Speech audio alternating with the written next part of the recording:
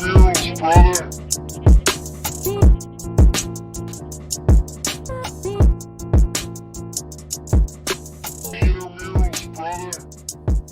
This is the Run Pod Option. I'm Marty. You can follow us on Twitter at RunPodOption or email us runpodoption@gmail.com. And we have another special guest, part of our interview series. We have Matt Brown at Matt Brown EP on Twitter, formerly of SB Nation, author of The What If, a closer look at college football's great questions, and proprietor of the Extra Points newsletter. How are you doing, Matt? Hey, thanks so much for having me. It's a pleasure to be on here, and I'm happy to be doing it.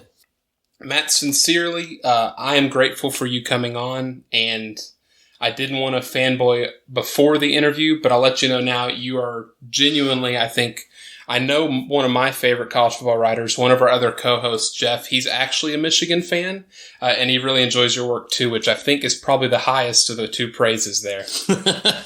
No, I appreciate that. That really means a lot to me. I've been trying to do something a little bit different. There's a lot of really smart people that write about college football, and I try to find my own little lane there, and I'm appreciative that some people seem to like it. Awesome. Well, they certainly do. And let's kind of talk about how you got in that lane, Matt. What kind of, what got you into college football? If you want to kind of do an introduction of yourself, what got you writing about it? Maybe it's a player, a game, a moment where you grew up, whatever it might be. Go ahead and kick off. Sure. So I grew up in Licking County, Ohio, which is just east of Columbus. I grew up pretty close to a regional campus of Ohio State. And so, naturally there, everybody is indoctrinated, I think, into Ohio State football and football in general, right? Like my first journalism job was covering preps, and Licking County might produce entirely one D1 kid a year for football, and it's probably going to be some, backbench MAC offensive linemen. And these high school games are going to draw 2, 3, 4, 5, 6,000 people when the town itself only has like 2 or 3. So it's football itself is just this gigantic cultural institution that's fascinated me. And I kind of fell into journalism a little bit. I don't have a journalism degree. I've done a couple of different gigs. I taught elementary school for a little while. I worked in political campaigns for a little while. I've done some HR work for a little while. And kind of backed into this, which made SB Nation perfect, because that was the place that took all of the guys that didn't go to Medill and looked at football, in a different way. And I think that all that varied experience, both in doing different kind of jobs and the way I grew up, really made me a more effective college football writer. I tell some folks this. My mom immigrated from Brazil.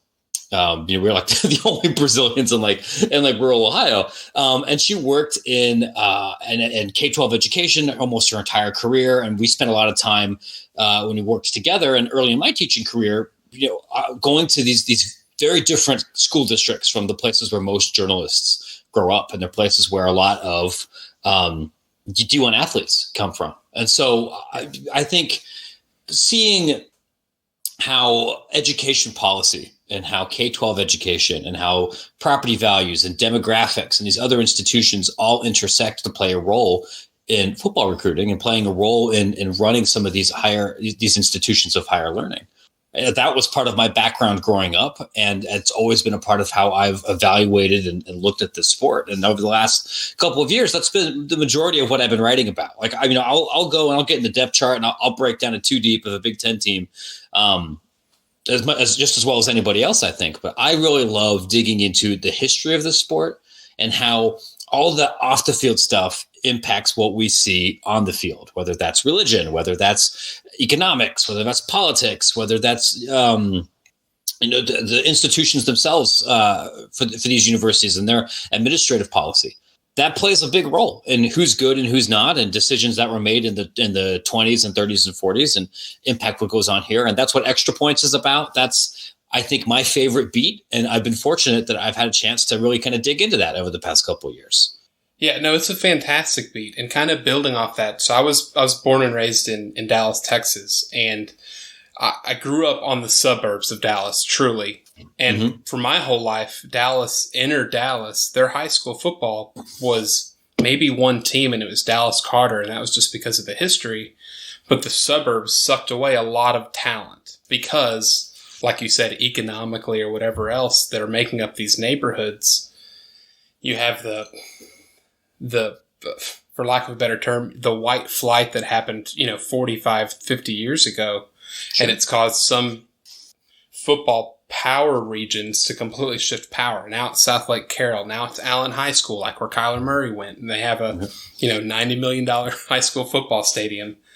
And Allen wasn't really a blip on the radar 30 years ago until people started kind of moving away from the city. So yeah, I think that's what probably interests me with that beat a lot that you do, or the beat you do, the writing that you do, because kind of seeing it, I grew up in McKinney, and north of McKinney, it's nothing. You have towns like Salina that have a few thousand people, and then south in Allen where there's 200,000 or 300,000 people, and they're one high school for all those people. They have one high school with 4 campuses and about 1,500 people per graduating class that they're running through there. And it's really just a crazy dynamic.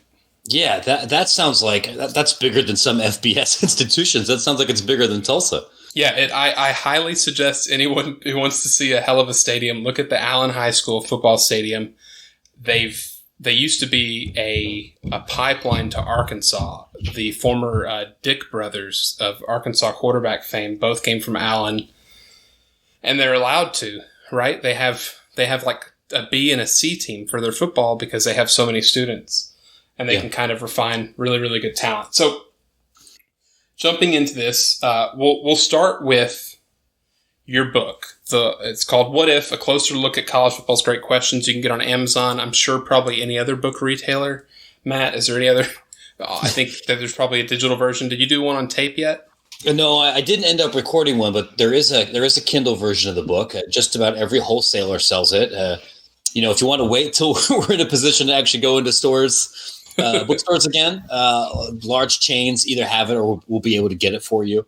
And there's a good chance your public library might have a copy too. So I've read through some of this book. I haven't finished it yet. I'll be completely honest. But some of the things that you cover are what if UAB hired Jimbo Fisher, or what if Michigan never rejoined the Big Ten? Some really cool historical hypotheticals and some really neat writing about early days and big transition periods within college football.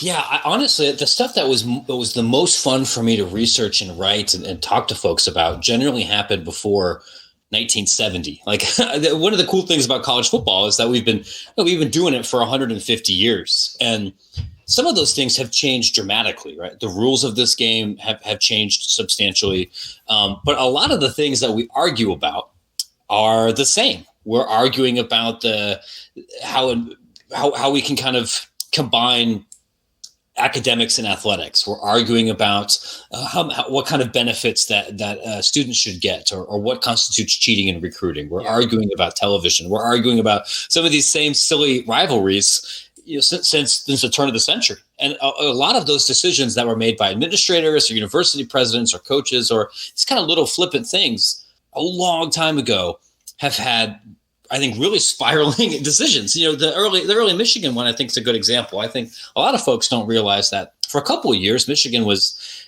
depending on who you talk to, either asked to leave the Big Ten, kicked out of the Big Ten, or Michigan left in a huff. And they started playing a more independent schedule.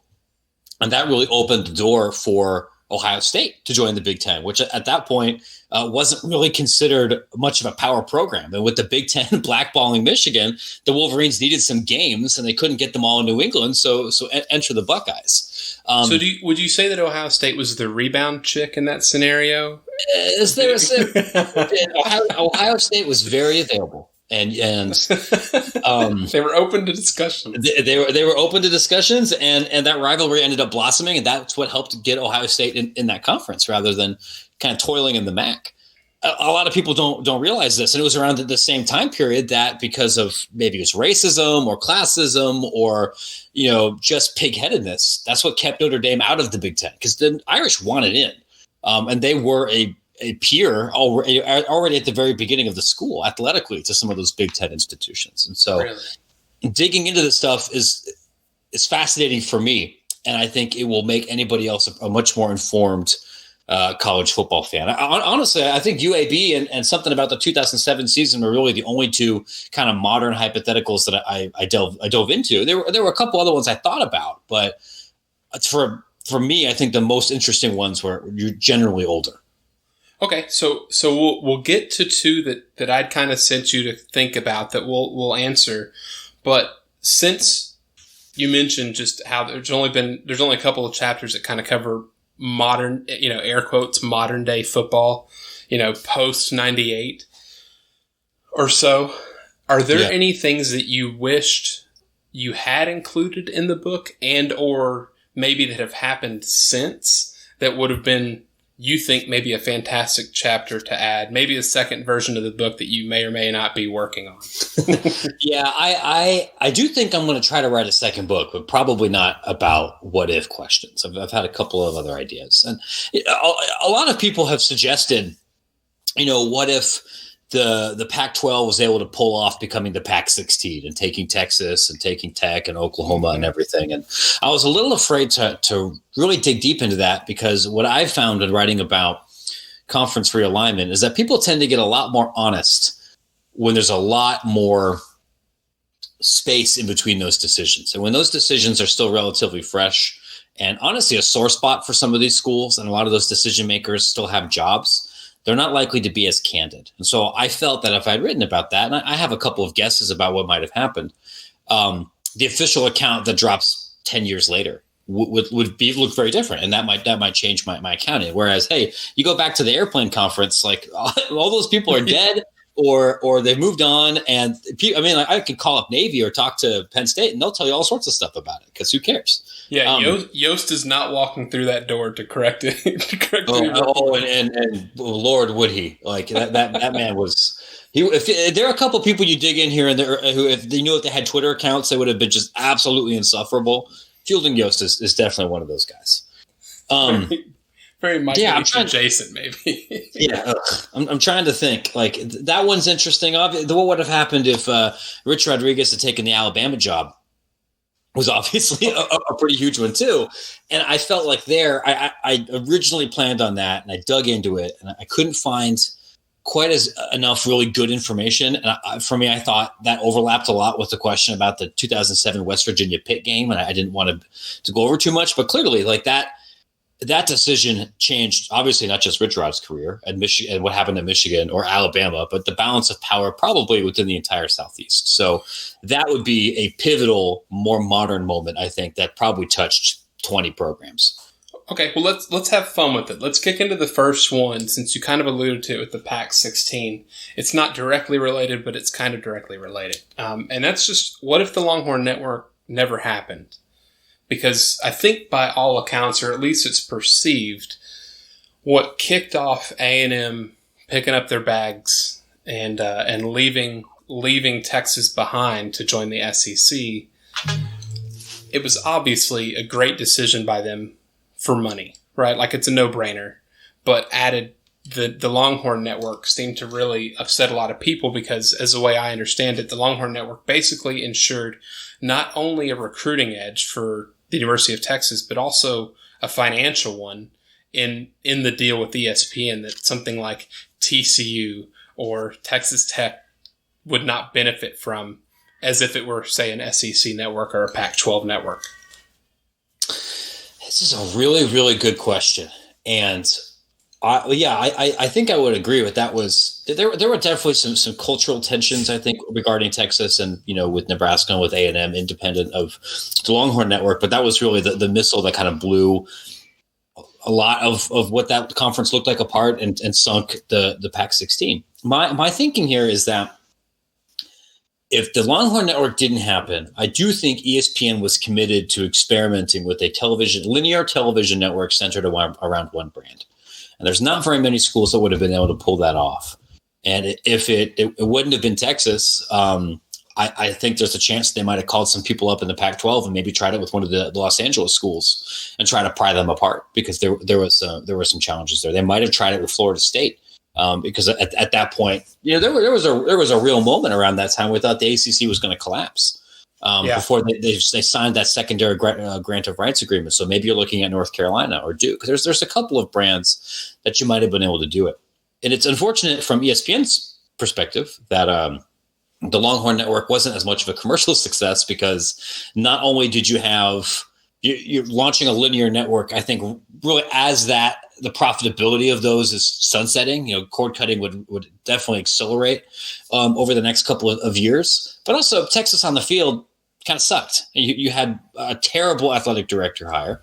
You had multiple unfortunate hires on the with football and some big recruiting misses. And you make that kind of bet thinking you're going to have a perennial top 10 team. And instead they had to spend a bunch of years with, selling Texas baseball and trying to replay the '06 Rose Bowl every 6 hours. Yeah. Which is, you could set your clock to that Rose Bowl era. Yeah. It is definitely on every week. And don't get me wrong. It's a hell of a football game. Yeah, no doubt. I've watched it multiple times myself.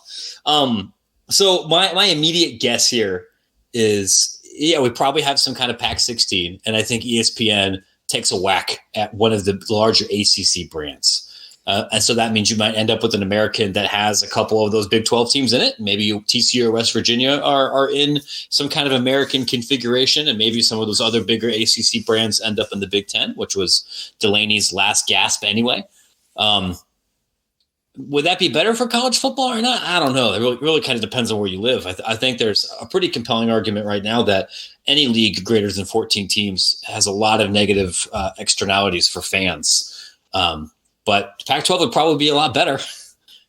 Yeah, there's the scheduling conflicts, I think, as your former coworker and someone I'm a fan of, Bill Connolly, talks about pods, because the Georgia and Texas A&M never playing until this past year is such a weird byproduct of those bigger conferences, which I don't think I ever would have assumed happening.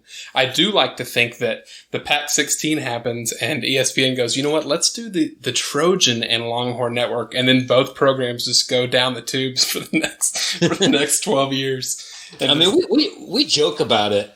I think the chances that NBC or ESPN or somebody else takes a run at those LA schools and tries to pitch them on something big and stupid in the next couple of years, I don't think it's zero. There's too much money at Disney for it not to at least be poked around. I would totally agree. So we'll move to the next one. You spoke about the 2007 season, and I had what if Alabama hired Rich Rodriguez instead of Nick Saban in 2007, which is kind of a reminder to some people that Saban was the backup plan, or the hire after Rich turned it down, or whether Rich's wife said she wouldn't go, whichever report you want to believe there. But I also have highlighted here some other openings and hires that happened that same season. So in that same season that Nick Saban got hired, you had D'Antonio at Michigan State, you had Butch Davis at North Carolina, you had Steve Craigthorpe at Louisville. I'm just picking bigger programs here. Randy Shannon at Miami, Dennis Erickson at Arizona State, and Jim Harbaugh at Stanford. What if also Nick Saban had taken that Miami job because he just got done kicking it around with the Dolphins? It almost makes too much sense. Are we talking about would he allow the turnover chain to happen? Oh, no. And to be honest, I'm not sure if I could have seen that matchup happening, because in order for Saban, post NFL, post LSU to go anywhere, especially knowing how that LSU tenure ended, he would need to have an administration that is 1,000% completely bought in on becoming a football power. And Miami, historically, really hasn't been that way. They actually kind of became a football powerhouse by accident. And, you're not willing to have any kind of on-campus stadium. You have a really huge chunk of your alumni base that does not care about football at all, because they're international students. They're from the Northeast. It's not really the school for South Florida. In many ways, that's more of Florida International or more of some of these other state schools. I think that's a marriage that I would see having a hard time lasting. I think it would be more likely that he just took a year off and wait for Florida State or wait for Clemson or wait for another big SEC opening if he wasn't going to go to Alabama. That's interesting. I mean, I always thought the kind of fun thing here, what would have happened if Rich Rod goes and he takes the Alabama job, and that means Greg Schiano ends up as the head coach at Michigan. I think probably ends up working out better than Rich Rodriguez and forestalls Brady Hoke, but I don't think that's a happy marriage. Schiano tends to should I phrase this? Alienate everybody around him eventually. Yeah. He does. It does feel like of all the food you put in the refrigerator, his goes bad the quickest. Yes. And if you're Rutgers and there's no other food in the refrigerator and you're convinced that this is the only man on earth who can help you, that'll work for 4 or 5 years. But, he ran out of welcome at Ohio State. I'm sure he would have done it at Michigan. It's a weird group of coaching changes there. But I mean, I'm sure if Saban went to Miami, they'd probably at least make a championship game, but it would be very difficult for me to see him, knowing what I know about Miami's administration circa 2007, 2008, 2009. I don't think that would last for very long. Okay. And kind of just building on it. So when I was doing some of the research for that question, I wanted to think, all right, well, what other positions were open, right? That's why I started listing off these names. Sure. And I came across a note that the year before Stanford brought on Jim Harbaugh, he actually got rejected for the Tulane job the year before. He did, man. Tulane has had such terrible luck with coaches and athletic directors. I mean, really up until Willie, because this is a dumb question. They could have kept Rich Rod when he was their offensive coordinator and he wanted to stay, and that didn't end up working out. That would have been perfect. Harbaugh would have just been excellent at Tulane. And that was exactly who they would have needed right about then, because this would have been right before Katrina. Like a detail-oriented, extremely good player development, a guy the whole institution can rally behind, academically oriented. I think he would have done a really strong job. And a coach that's very willing to be the face. It seems like, I think that's an underrated. It can be overrated and underrated. There's coaching from the shadows and developing and doing your thing at big or small schools, but Harbaugh is more than happy to be that guy, the spearhead of the ship. And I think Tulane could have absolutely benefited greatly from it. Yeah, that's they had their chance at locking down some really big name guys, I think, a couple of times over the last 25 years, and they messed it up. Certainly, Michigan would not have been an option for Harbaugh. That early on, he was a guy that had a couple of good years at a Pioneer League school, and would later say some kind of disparaging things about Michigan's academics. And it took a really Herculean effort to repair that to get him to come back. But what he was doing in the late 2000s was excellent.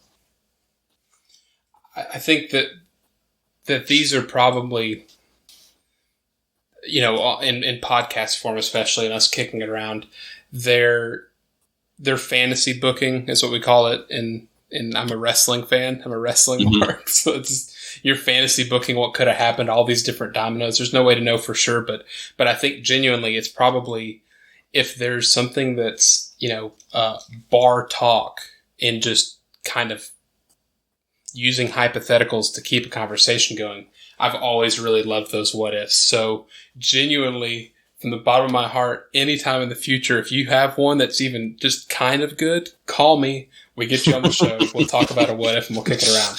That sounds good. I'm sure as I'm kind of digging around with some other research projects, and I find some more prehistoric football kind of stuff, I'd be happy to come talk about it. Awesome. So let's kind of cover. So as you may have heard, we are in uncertain times. And it is April 30th at the recording of this podcast. And there's some states opening up. And I kind of wanted to also talk to you because you're looking at college football through a lens that a lot of other writers don't, to speak about kind of COVID-19 and their effects that they're having on athletic departments, ultimately what it's going to affect on college football, revenue, etc. So I guess with what you know or what you've heard, what do you feel like coming into this 2020 college football season is the best case scenario if everything kind of pans out the way it's been panning out lately? It is really difficult for me right now to imagine that football starts exactly on time with full stadiums, everything as currently scheduled.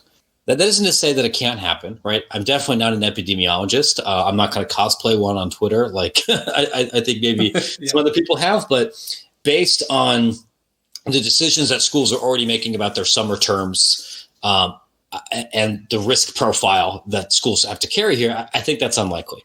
The best case scenario, my guess is that we have a season that's plays the full schedule, but just starts a month or so late. But there's a whole litany of other possibilities, right? Like I think the idea of playing football in February and trying to cram 2 seasons into 1 year, I think that could certainly happen. We could have a truncated season. We might end up doing a little bit in the fall and a little bit in the spring. I mean, I don't think it's possible to rule anything conclusively out. What I do feel comfortable saying is that based on every conversation I've had and everything that I've read, that universities are going to move heaven and earth to have some kind of football season.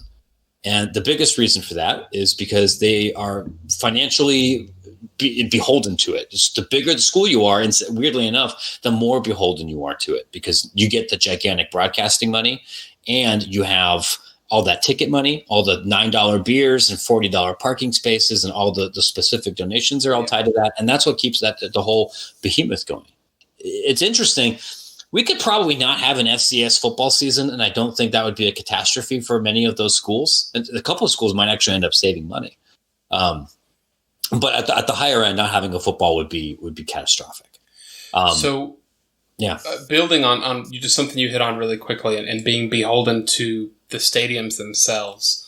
I too, if I had to look in a crystal ball, think there's probably going to be some form of a football season, but I cannot imagine there being a stadium that's going to actually have people in it.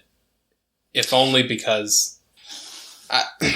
only if it makes me nervous, I guess. You know, it's probably a selfish thing to say, but, like, I don't want to see that many people at Neyland, like, and potentially getting that many more people sick, you know, or whatever else.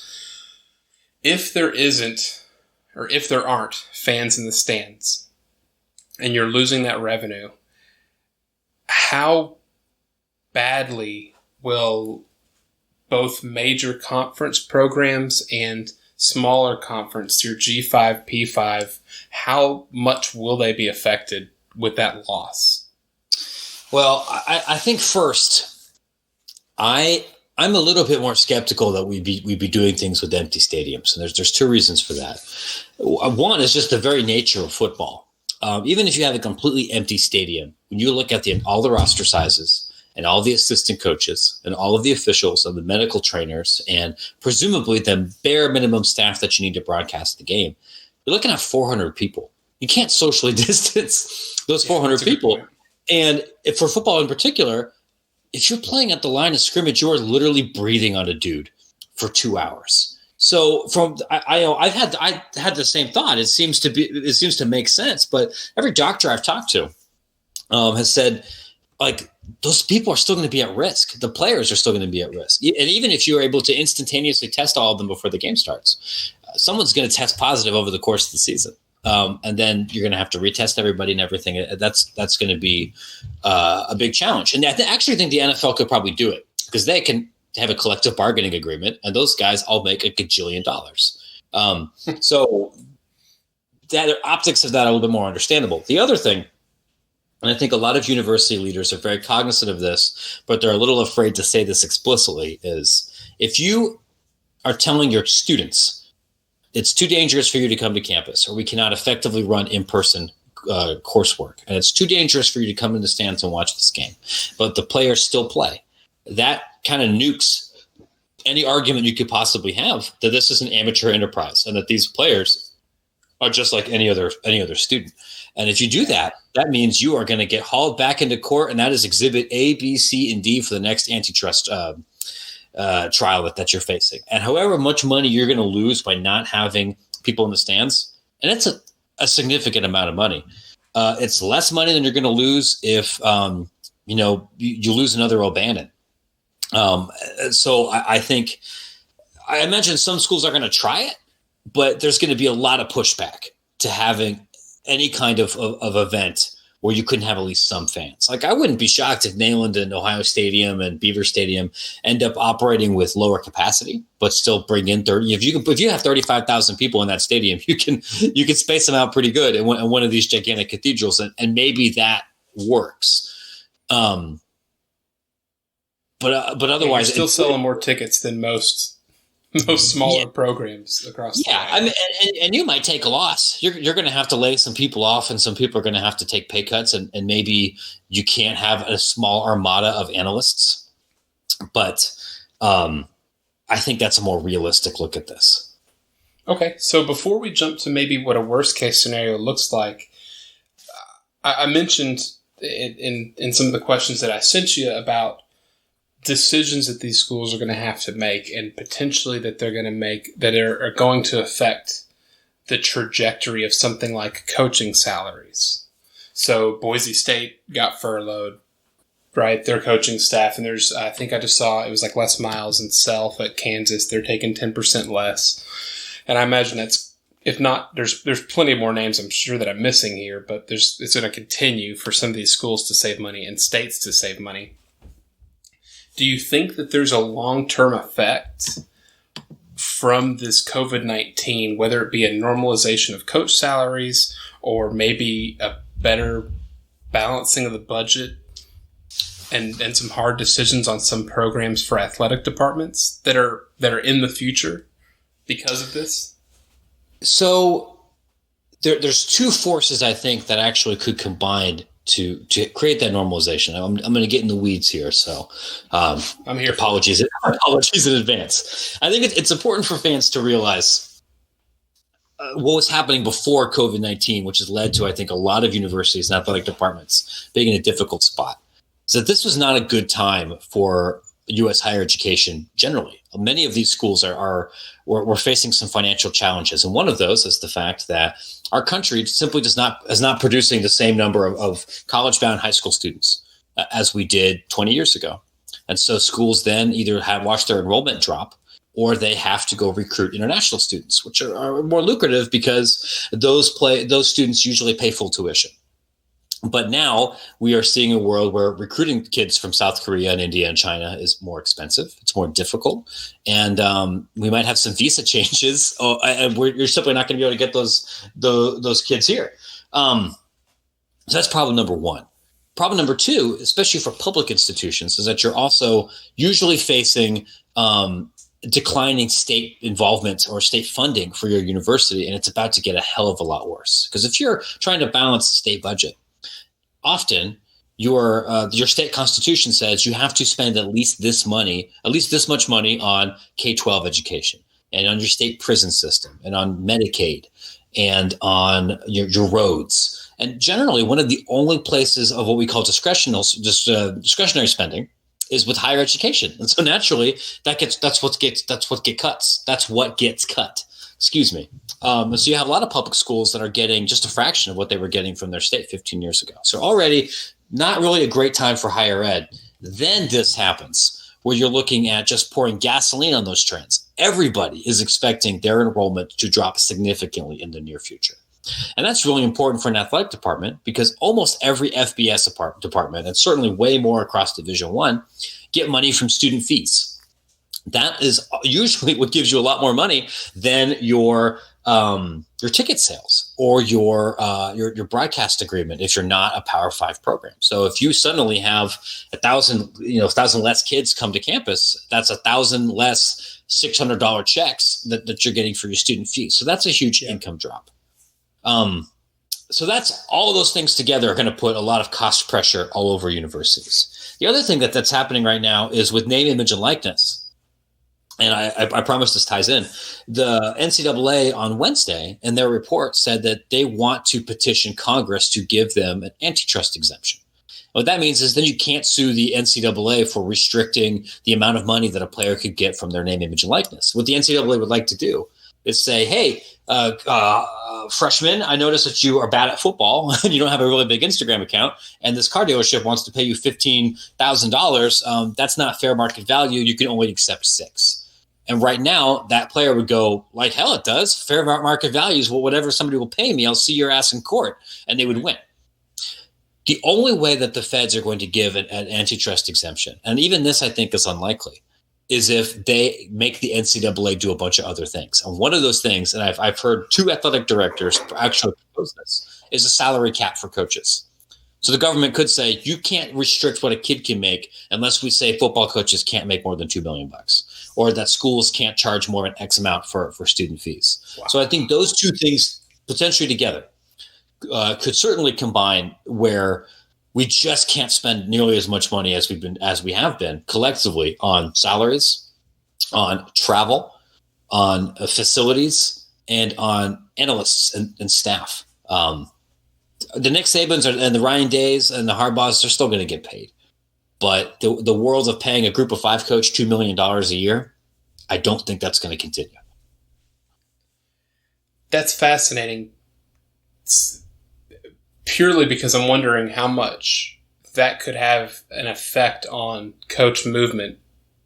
If it starts now in 10 years, decisions to go from one school to another, if that is changed when there's essentially a cap from your earnings. You're not really able to chase the almighty dollar if you're already up at near that cap and you're at, say, Old Dominion or whatever school it might be.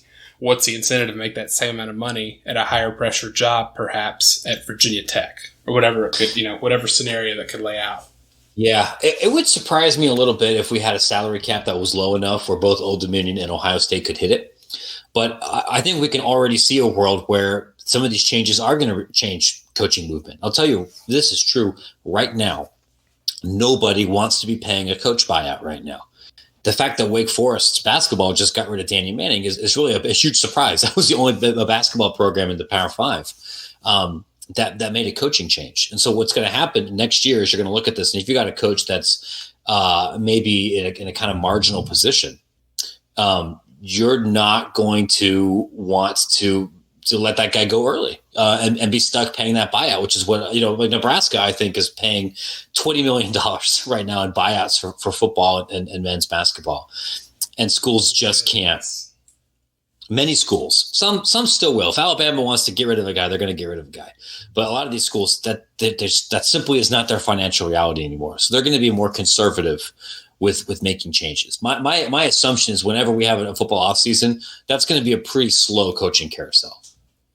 And you added to the fact that the economy and the hit that it's taken, so your potential boosters anyhow are going to be, in theory, limited on their spending towards a school to help with a situation like that at all anyways. Yeah, I've been writing about this a little bit on Extra Points, and you're absolutely right. Like in a world where we have 18% unemployment, a lot of people's disposable income is going to be down, but that impacts different schools in different ways. As I'm sure you're aware in your neck of the woods, for where you grew up, if crude oil is going for $18 a barrel, that limits what the people who give money to Houston are going to be able to do. Yeah. It hurts. It hurts SMU out in a pretty significant sense. It does, and I mean, I would say that probably hurts every public school in Texas too, because that means less tax money available. But it hurts TCU, it hurts SMU, it hurts Baylor. If these casinos are closed for another month or two, that sucks for UNLV. That sucks for anybody that counts people who work in hotels or gaming as major donors. And I bet the smart thing to do right now, if you're a school, is to go figure out who owns this chain of grocery stores. Who owns it? Who's got that zoo money? Yeah, where did Mr. Kroger go to school at? Let's see if he's willing to do a speech and get an honorary degree. That's kind of the world that we're going to be in. It's weird because this economy is kind of being impacted in different places. If you have a local economy that's really dependent on one or two industries, that kills your donations, it kills your ticket sales, it kills a lot of things. So this will kind of bookend the conversation and kind of see us out. Speaking of something like gambling having an effect. There's a lot of regional schools in Oklahoma, the Southwest Oklahomas, the Northeast Oklahoma states, those schools that will probably be affected to a point potentially of closing their doors completely, or at least heavily limiting what kind of programs they have in their athletic department. And there's a list of about 16 FBS schools currently that have the minimum which is 16, number of sports. So they're going to have to reduce their spending, as I understand it. This was posted by a guy, user Bulls at Buffalo on the college football subreddit. So these schools that need the waiver to be able to cut other sports, or they'll have to reduce spending on football programs. And there's Arkansas State, Buffalo, Georgia States. The only ones that really kind of stick out are your Kansas States and Mississippi States. But there's North Texas, there's the Rice Owls, there's Ohio. Do you expect there to be... I keep asking you if you expect it, and I'm not trying to make you to be a prognosticator here or fortune teller. Do you expect there to be less football programs in the United States, say next January? Nationally, I definitely expect that. And that's just because I anticipate a lot of Division II, III, and NAIA schools are going to straight up close.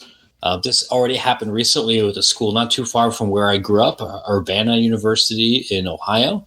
Was actually a pretty decent Division II team. I think they won 7 or 8 games. They were competing at the top end of their conference, and they didn't drop football. They dropped the school. And there's a lot of private liberal arts colleges in the Midwest and Northeast that have under 1,500 students and are simply not built to survive one really bad year. They're not built to pivot to distance learning. And some of them have football teams, and they're going to get dropped. I think at the FBS level, it maybe not in 1 year, but I do think it is definitely possible at the next 2 or 3. And I'll tell you the 2 places that I would look at this. One would be in the MAC, particularly around northeastern Ohio. Akron and Kent State are 2 of the, I think, most resource-challenged programs in FBS. They both have been mostly lousy in their histories. Both of those schools have announced they're cutting 20% of their entire budget. And Akron's president, who's relatively new, I believe, has straight up said, our athletic department's going to be less ambitious. It's going to have a smaller physical footprint. I'm worried about the trajectory of mid-major athletics right now. So we're going to make some hard choices. So I'm not saying that they're going to get out of the game now, but if you're looking at this, and in order for Akron to even make bowl games in the MAC, they're going to have to make some big changes, seeing as they were the worst team in FBS last year. In Ohio political circles, it's long been rumored that Kent and Akron and YSU, Youngstown State, could potentially just merge. This is a part of the state that's just lost a lot of population. It probably can't support 3, similarly sized, resourced universities, all relatively close together. So that's one place. And I think in the Northeast too. I know that UMass and UConn say they are committed to a Division I FBS independent life. And I think that they were when they said all those things. It's possible that this is kind of the 2x4 that breaks the camel's back. And if they're not able to create an East Coast regionalized conference, which is, I think, another thing that could really happen out of this, I think we're probably going to see some conference realignment. I could see them deciding we really need to focus on the stuff that best serves our student experience, and being the 126th FBS program right now probably isn't it. But it would surprise me if more than FBS teams leaving FBS or leaving football at 1.5 in the next 3 years. I'd probably go under. It is. I hadn't really even considered the really, really tiny programs. We live a couple stones throws away from Belmont Abbey, and there's Davidson in North Charlotte, which is where me and my other 2 hosts currently live, in Charlotte, North Carolina. And with those enrollments at $1,900, $1,400, and relatively cheap in-state tuition, there's a greater than zero chance that they have some incredible financial hardships. I do wonder. The regional aspect, I think that seems like the most common sense solution for anyone that would be on the bubble. For Kennesaw State to travel to UMass seems unnecessary when they can potentially go and play Georgia State. I know I'm crisscrossing conferences and divisions here, but there's...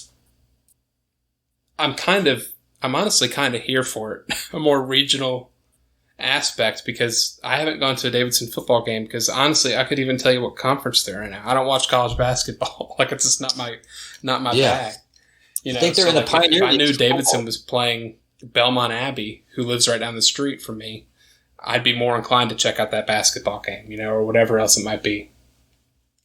Yeah. Davidson, I think they're in the Atlantic 10, if I remember right. So yeah, they're playing right.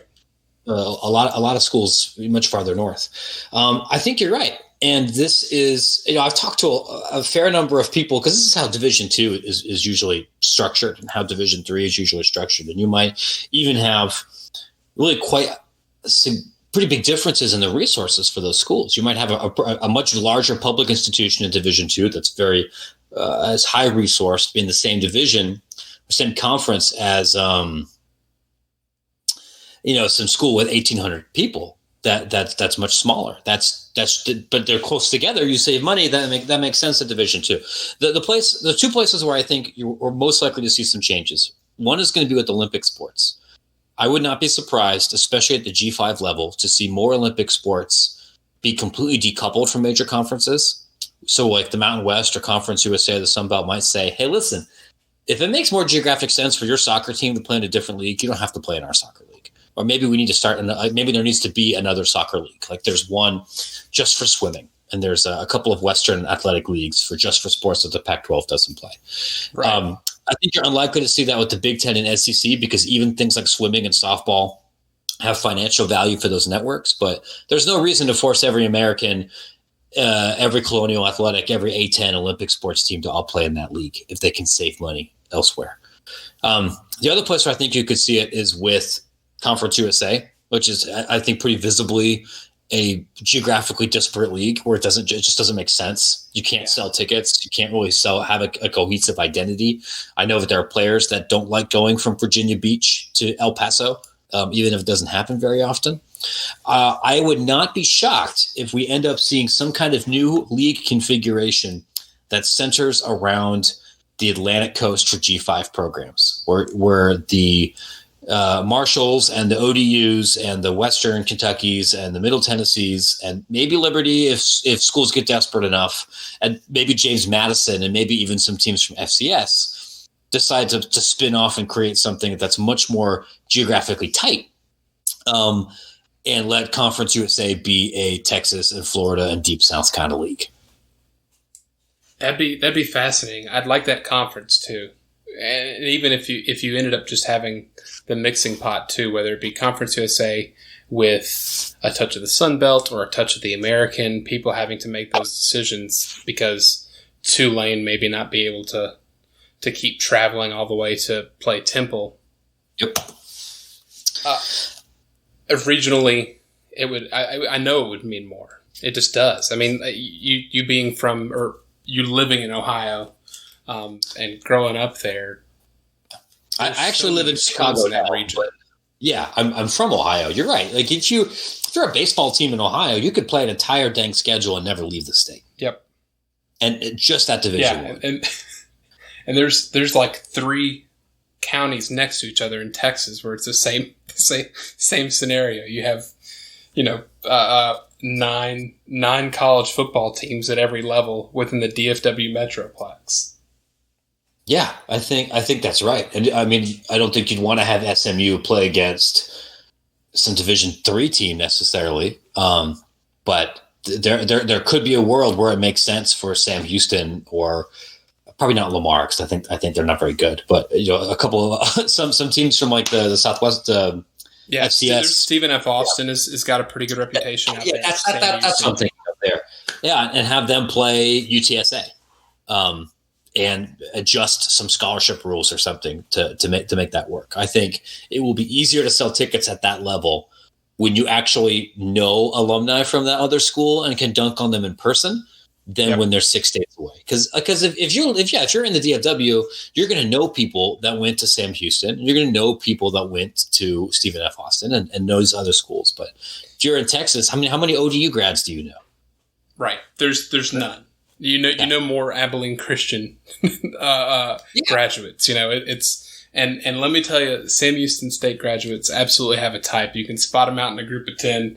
as I'm sure there's the case with some other Ohio schools. So, Matt, I sincerely thank you for coming by. Before we kind of wrap things up, if there's anything else you want to touch on, feel free. But I mostly want to make sure you get out the word on your newsletter. If you want to re-up the book, your Twitter, everything that people would need to know to support Matt Brown. Sure.